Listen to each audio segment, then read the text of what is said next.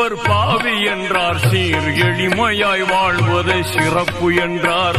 கருமியாய் இருப்பவர் பாவி என்றார், சீர் எளிமையாய் வாழ்வது சிறப்பு என்றார். சரியாக ஜக்காத்தை கொடுத்து வந்தால் அது சரியாமல் செல்வத்தை காக்கும் என்றார். மறுமையின் விளைநிலம் இம்மையாகும், அதை அருமையாய் அமல் செய்து பெருக்கும் என்றார்.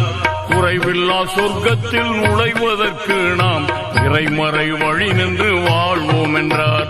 சிந்திக்கும் ஆற்றலை பெற்றவரை கொஞ்சம் சீர்தூக்கி பார்க்கணும் நெஞ்சுக்குள்ளே. சிந்திக்கும் ஆற்றலை பெற்றவரை கொஞ்சம் சீர்தூக்கி பார்க்கணும் நெஞ்சுக்குள்ளே. ஏந்தல் ரசூலுல்லாஹ் சொன்ன சொல்லை ஏற்றால் இன்பத்திற்கெல்லை இல்லை.